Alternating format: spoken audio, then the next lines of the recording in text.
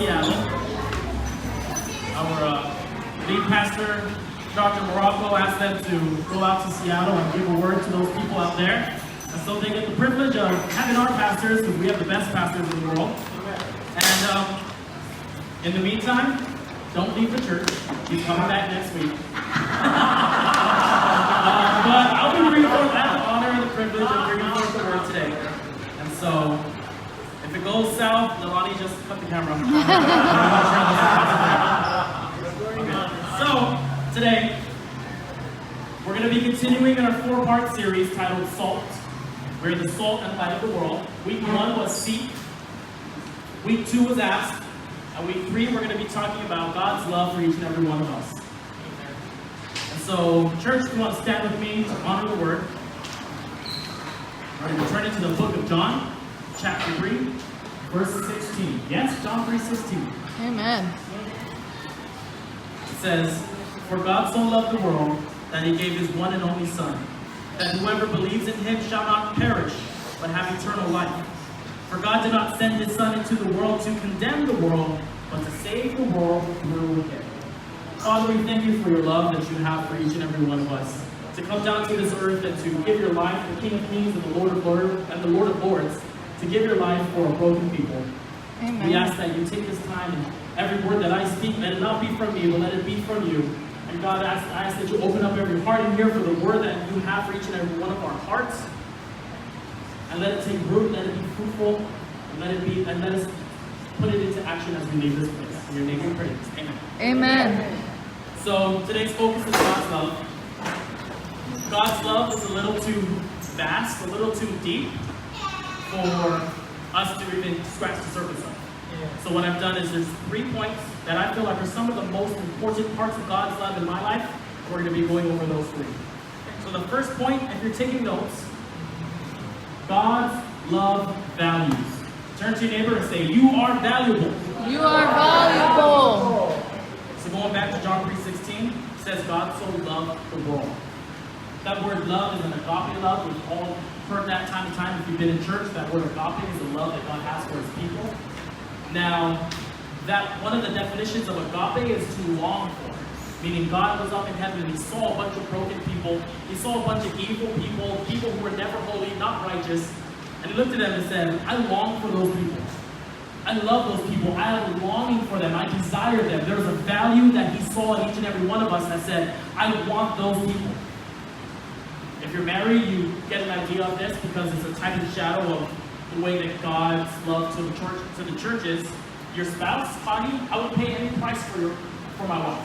Your spouse, you would pay any price. They are priceless to you, right? Amen. There's no amount of sacrifice, no amount of money, no nothing that you wouldn't do for your spouse.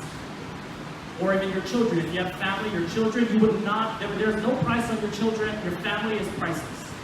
We are that to God. God looked at us and said, "Those people down there, they're priceless to me." There's a value that we held that we don't even recognize in ourselves yet. God saw us and said, "They're priceless to me. I value those guys. I long for those people." Turn with me to Romans chapter 5, verse 6. Give you guys a second to get there. Romans 5:6. It says, "You see, at just the right time, when we were still powerless, Christ died for the ungodly. Very rarely will anyone die for a righteous person, though for a good person someone might possibly dare to die. But God demonstrates his own love for us in this: while we were still sinners, Christ died for us." You see, when Christ died for us, and when he looked at us and he said, "I will pay any price for them," him coming down to this earth when he sent his Son, that's that price that he would pay. That ultimate price, the perfect Lamb of God being sacrificed for you and I, that's the price that he paid. Come on. Now, what's crazy is he didn't ask us to be righteous first. He didn't say, "Oh, become righteous first, become holy first, then I'll come down to earth and I'll finish the job." He didn't do any of that. He knew that you were going to be inadequate. He knew that you would never match up to what it takes. So he came down to this earth, and then he said, "I will pay the price for them before they're righteous.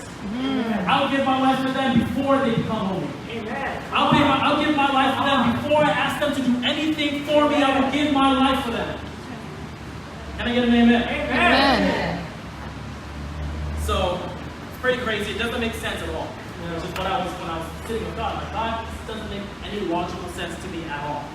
And he led me to another scripture that didn't make sense to me. Well, let's go over it. It's Luke 15:3. And it says, then Jesus told them this parable. This is a parable of the 99 sheep and leaving the 99 to get the one. It says, suppose one of you has 100 sheep and loses one of them. Doesn't he leave the 99 in the open country and go after the lost sheep until he finds it? And when he finds it, he joyfully puts it on his shoulders and goes home. Then he calls his friends and neighbors together and says, rejoice with me, for I have found my lost sheep. I tell you, in that same way, there will be more rejoicing in heaven over one sinner who repents than over 99 righteous persons who do not need to repent. You see, putting this into my own context, that's pretty crazy, because I would never leave 99 to go after one. If I had 99 sheep, I would be like, man, that one wandered off in the wilderness, forget about it, I already got 99. I'm good, I don't need that one. In fact, it wandered off on its own, so it's probably not the smartest sheep. But it chose to be out there. I'm not going to go get it because I have 99 already. I have everything I need already. You see, but that's the way I see it. That's the way most of us would see it. See, but God's not like that. God sees so much value in not just a body as a whole, but in individually every single one of us, every single one of you, in me, myself. There's a value where He would give up everything for your life. He would give up everything for you and you alone. It's crazy because my love could be very self-centered. If I love you, I expect love back. If I do something for you, I expect something back. And if I don't get that back, I feel taken advantage of. I feel like it doesn't make much, it's not a good investment for me. You see, well, when God came to this earth, He knew that we could never repay Him. He knew that I'm going to give my life for them, I'm going to pour my life out for them, and I'm going to love them, and they would never meet and repay me for what I'm doing for them, but that's not what I'm asking for. I'm not asking them to repay my love. I'm asking them to be mine. I'm not asking them to repay me and be adequate it's not about what I'm receiving back, because that's what my love is about. But God's love is anything but that. It's not about what He's receiving back. He loves you before you were righteous, before you were this person sitting in this church, when I was out serving the world and I was on the highway to hell. He died for me. He paid that price for me already. That's right. The people outside of this church, they're already bought. That's right. Their price has already been paid. That's right. Come on. Some people just don't know that. Some people just have a hard time with that. And that's me. It's hard for me to wrap my mind around the fact that God would love me and not expect anything back. Because that's all I know love is. I love my wife, and sometimes I get angry if I don't get love back. Forgive me. She's not that way. But God's not that way. God loves us because He loves us, because He loves us, because He loves us. And His love values us. There's a value inside of His love. Not just as the whole body, not just as a church, but as individually. I used to not go to church and go, why would I go to church? Doesn't matter. There's a lot of people that go to church. God's will is going to happen whether I serve Him or not. And that's true. But He's not after His will happening. He's after you. Because you are His will. His will is that none will perish. Right. And all will come to repentance. So God's will is going to happen. But His will is you first. That's right. His will is you. It's not a group thing. It's not a clique that you can't be a part of, because God loves each and every one of us. Before He called us to be holy, before we gave our lives to Him, He already paid your price. Amen. Can I get an amen? Amen. All right. This is fun. Right. So that's the first point. God's love values. Moving on to number 2. God's love qualifies. Turn with me to 2 Corinthians 3:4. It says, this is reading out of the NLT. It says, we are confident of all this because of our great trust in God through Christ. It is not that we think we are qualified to do anything on our own. Our qualification comes from God.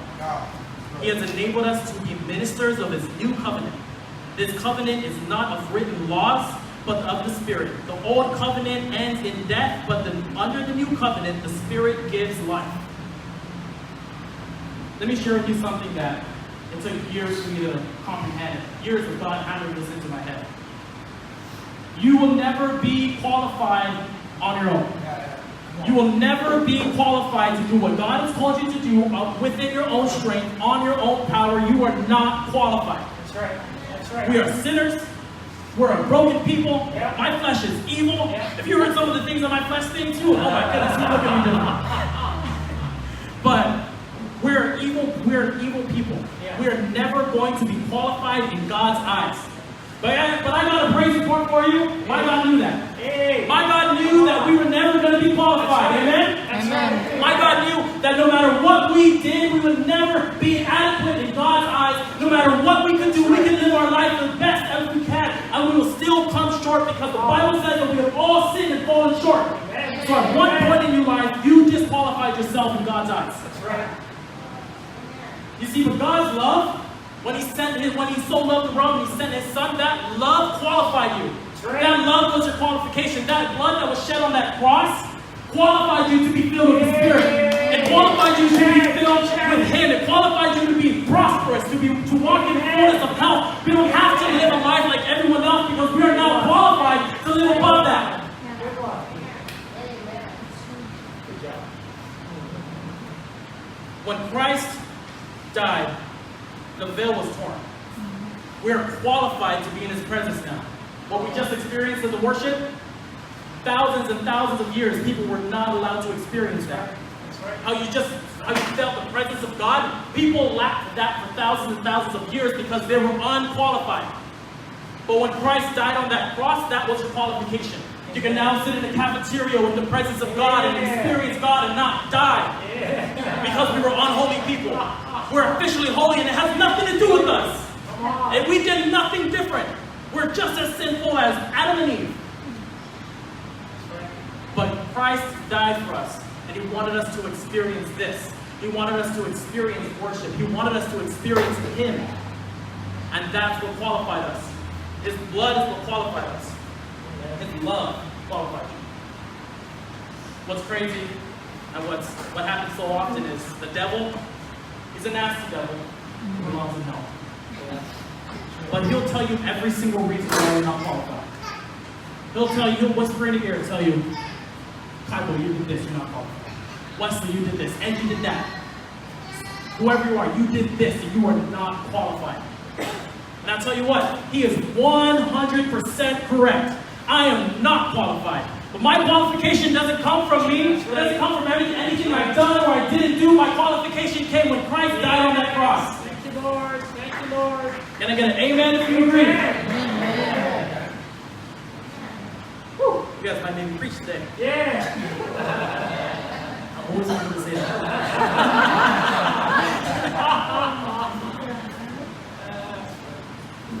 Sometimes I go through a long weekend. The enemy will tell me, Wes, you're not even qualified to play that piano. You're not qualified to come to church. You're not qualified. Look what you did. You just got out of an argument with your wife on Sunday morning. What? You're not qualified. Not saying that. It's just a hypothetical. But the enemy will tell you every single reason you're not qualified, and he does it to you time and time and time again. And sometimes we just need to sit and think about how we are unqualified. But because Christ died on Calvary, because he shed his blood, That's right. we are qualified. That's right. That veil was torn, there's no separation. He said it is finished. That's right. So there's no condemnation anymore. Your unqualification, your disqualification is now nulled out. I think that's how it's said. Nulled out.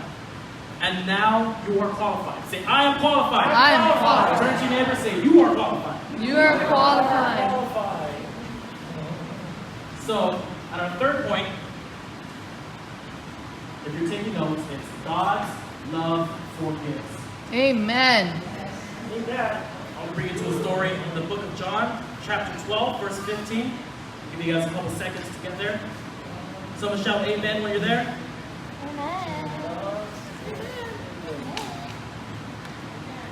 Amen. All right. Everyone else is in there, you'll catch up. When they had finished eating, Jesus said to Simon Peter, Simon, son of John, do you love me more than these? Yes, Lord, he said. you know that I love you. Jesus said, feed my lambs. Again, Jesus said, Simon, son of John, do you love me? He answered, yes, Lord, you know that I love you. Jesus said, take care of my sheep. The third time he said to him, Simon, son of John, do you love me? Peter was hurt because Jesus asked him the third time. Do you love me? He said, Lord, you know all things. You know that I love you. Jesus said, feed my sheep.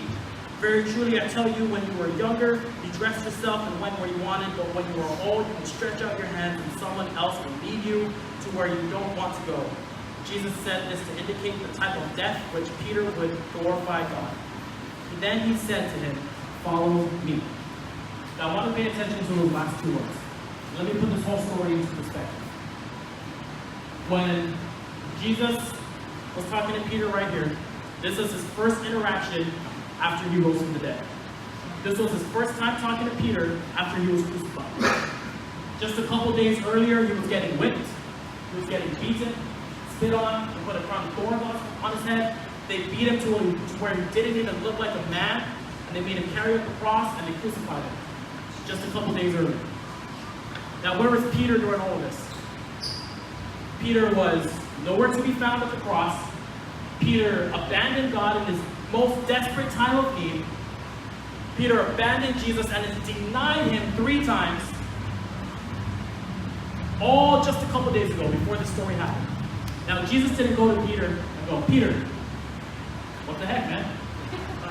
He didn't go to Peter and say, Peter, where were you? You abandoned me, Peter. You left me in my time of need. You were my disciple. I told you that you were going to follow me, and you didn't. You left me in my time of need. You denied me. You even ran from a little girl. Where were you, Peter? You blew it. That's what I would say. Something like that. But Jesus didn't do any of that for him. The first interaction after Peter abandoned him, denied him, left him for dead, literally, he cooks him breakfast on the beach. That's right. And he calls him over. And he says, Peter, do you still love me? Peter, do you still love me? Do you still love me? And he says, I love you, I love you. Now those last 2 words, follow me. When Jesus first met Peter, what did he tell him?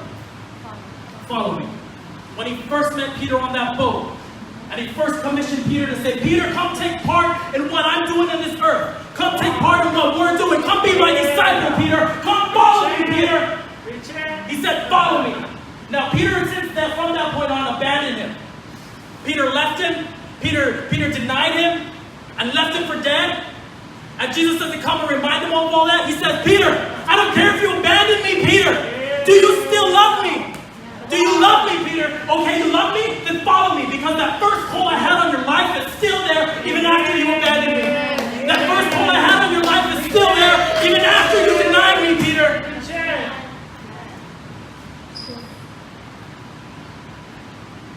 Check my notes.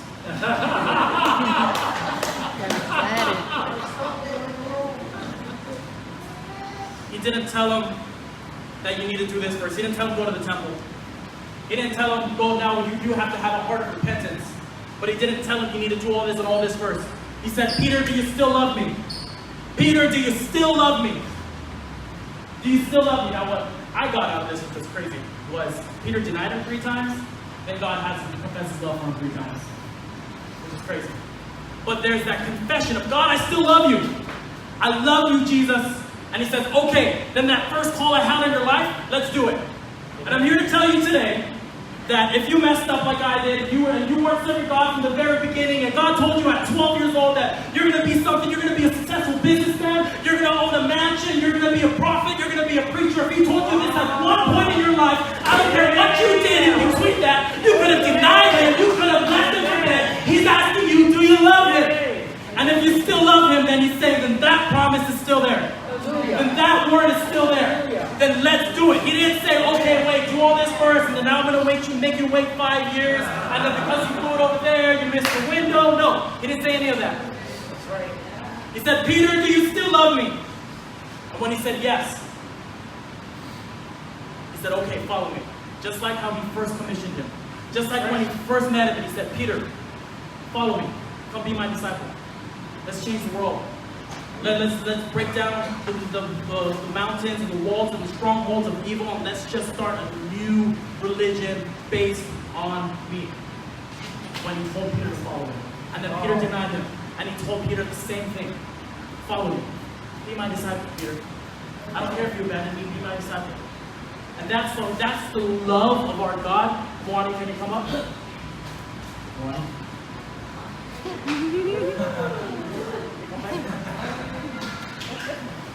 We're about to close here. Connie looks hungry, so you gotta Hey. Hey.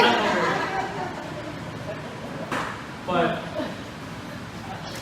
that's the love of our God. Our love, God's love, values us. He sees that value Amen. inside of each and every one of us, to the point where he saw broken, wretched people just like how I am right now.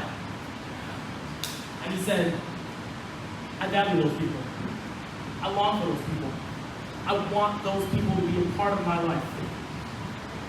And that God's love qualifies us. I'm not qualified to play piano, not qualified to be in church, definitely not qualified to hold this mic, but it's God's qualification. I don't care what he's told you, I don't care what he's told you to do and you feel like you're unqualified. God's qualification covers your disqualification. And so no matter what you've done in the past, no matter how long ago that word that he spoke to you was, you could have been 5 and you could be 65 right now. That word, if you haven't taken hold of it, it's still there for you. If you've abandoned God, if you stopped serving him for a couple years and you came back, that word that he gave you in the beginning is still there. That love that he had for you is still there. And it's always going to be there. It's going to be there. It was there before you accepted him. It was there before you decided to experience it. Before you decided to let God into your life, he had that love for you. He's the same yesterday, today, and tomorrow. Amen. He gave his life for you on the cross, and his love for you is still the same as that day. Amen. It's crazy, but personally, I couldn't do it. I'm not sure if any of you guys can do that. God's love, but if you are, talk to me because I need some help. But so today, as we close, it's going to be a pretty short message. But as we close, I want us all to be thinking how God's love has impacted our lives. What has he done for you personally? In the past, present, right now? What is he doing for you? Because his love is always working, his love is always there, his love is always qualifying you, because we do things every single day to disqualify ourselves. We do things every single day to count ourselves out. And his mercy is renewing every morning. Amen. Let's stand.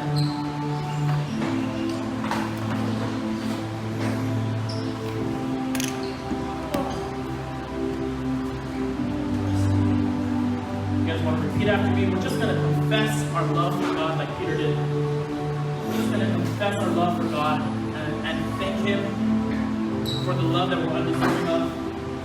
Repeat after me. Say, God, thank you.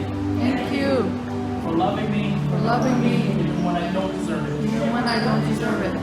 Loving me when I'm unlovable. Before I was righteous, before I became holy, you loved me. Thank you. Now, this is what I want to close with. John 13, chapter 34, or chapter 13, verse 44. 34, can I get a phone? So John chapter 13,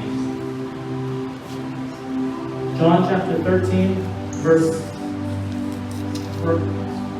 34.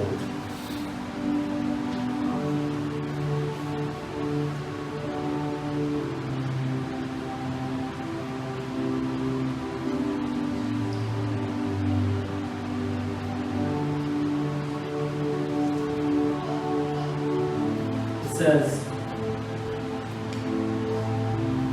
a new command I give to you, love one another as I have loved you. So you must love one another. By this, everyone will know that you are my disciples if you love one another. See, God poured out His love for us. And we as His church, we as experienced Christians know and can comprehend that the task that God did for us, but He didn't do that just for us to experience His love. He didn't do that so that we could feel good in the cafeteria and we could feel good about our sins and say, God, thanks for qualifying me, and I'm just going to live my life now. He didn't do that for us that way. He gave us that love to show us what true love is like. He gave us that love to sanctify us, but we're supposed to take that love and be known by it. We're supposed to take that love and mimic that love to everybody outside of these walls. To everybody outside, to your coworker, to your work, your coworkers should know you by your love. Your neighbors should know you by your love. The person that cuts you off in traffic should know you by your love. We're supposed to be known by that love. That's how they know you. That's how they'll know you're my disciple. Not off of whether you're holding a microphone. Not whether you go to church on Sunday. Not whether you wear a Jesus t-shirt. They're going to know you're my disciple by your love you have for one another. By that love that I showed you, the love that I gave you, and you pouring out that love, that's how they're going to know. Because God's love qualifies. What are we doing to qualify other people? I've disqualified a lot of people in my life. Oh, you stole from me, you hurt me, you offended me, you're X'd out. I'm not going to talk to you anymore. You've been X'd out. You've been cut off. But God's love is not like that. And when we show someone else that love, that's what sparks that curiosity going, who's disciple love? Who do you follow? Why would you love me even though I stole from you? Why would you love me even though I hurt you? Or that value that He sees in us, He wants us to see that same value in everybody else. To see someone who feels unvaluable and go, you know what? I value you. You're awesome. You're amazing. And just give the word of life over that. How often are we doing that? I'll be honest with you, I lack that. Sometimes I get so caught up in God's love for me, I never show that love to anyone else. I get so caught up in myself and oh God, I need this, and I need to be forgiven for that, and I did this and that, I need you to forgive me, and I need your love, but I don't show that love to anyone else. Someone cuts me off in traffic, I'm just as mad as the next guy would be. Someone got somebody steals something from me, and I'm just as mad as someone else would be. And God's love isn't supposed to be getting angry. If we're going to be God's disciples, we need to show His love at all times. We need to look at people and go, you know what, I value you. Go to your coworker and say, thank you. Right. You're awesome. I value everything you do. I see it. Even though you don't get it, even though nobody says it, and people only say it to the people in higher command, I see what you do and I value you. You are amazing. God's love forgives. There's a lot of people I need to forgive in my life. There's a lot of people. I'm not even going to get into that. That's a whole other sermon. If Pastor Greg never lets me touch his microphone. But God's love forgives. God's love doesn't bring up what you did. God's love doesn't go, Wes, you did this. Why would I forgive you this week? I just forgave you last week. No, His mercies are renewing every morning. He knows that every day I'm going to do something. I think God died for me because every day I do something to disqualify myself. And it's like, okay, wait, I got to do this. Because He knows that I need His mercy every single day. I need His love every single day. But what am I doing to show that to anybody else? When someone hurts me, do I forgive them by the next day? Or do I tell them, all right, well, first you got to prove yourself. First you got to show me, and I got to see change, and I got to see that you're not going to steal from me again. Or am I just going to love you and say, hey, it was a mistake. I love you anyways. Don't worry about it. I'm not going to hold you to it. Right? How often do we want to hold everyone else accountable when God's love is being poured out on us, not holding us accountable by the day? We want to hold people accountable for what they did to us last year, what they did to us as a child, what they did to us a couple years ago. God's love doesn't even hold us accountable from yesterday. What I did yesterday, He's not even holding me accountable to that. He's saying, all right, I forgive you. I forgive you. What are we doing? And that's what I want us to think about, and that's what I want us to leave this church. Not just knowing God's love. That's amazing, and we can never do anything to deserve that love. But let's not just keep it there. What are we doing to share that love with anybody else? What are we doing this week? And I'll hold and find some people to keep accountable to. I'm going to keep myself accountable to Ed and Kylo. We're going to do something this week where we're showing God's love. Whatever it is. Giving $1 to somebody, making a pie, nobody wants you to buy a pie. Text them back. Love them, leave them a voicemail. Kylo says text them back. But God doesn't hold me accountable to that, Kylo. So. But find someone in this building that you can partner with. I want you to go, okay, let's hold each other accountable. I'll let you know when I show God's love, and you let me know. And we'll cheer each other on. Because that's what we're here to do. Experience life with people, power, and purpose, right? That's our church slogan. Vision. But that's what we go by as a church. Help, and we're here to help each other. We're here to encourage each other. And so find someone here and hold yourself accountable. Say, hey, I'll text you when I do something to show God's love, and you text me when you do something to show God's love. And you cheer each other on, you remind them throughout the week. Because God's love is not poured out on us just for us to keep it. We're supposed to be known by that love. We're supposed to be showing others that love. That's how we're going to draw people. It's God's love that draws people to repentance. It's not the message of repent for the kingdom of God is there. It's nothing like that. It's not holding a sign at the intersection. It's God's love. It's making a pie for somebody and saying, hey, you know what?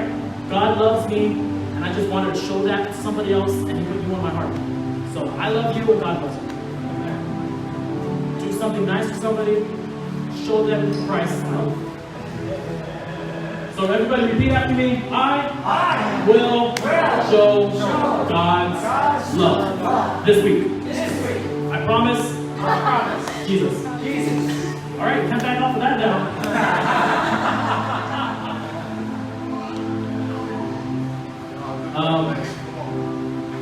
I think we're going to end this service in worship. I think it's a great way to end the service. We're going to do a song, just quick worship, and I just want you to ask God for forgiveness or just thank Him.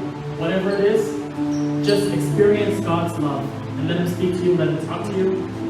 And then after that song, we're going to take a time offering. We have a video from our senior pastor, Dr. Longo. Can we get the worship team up here?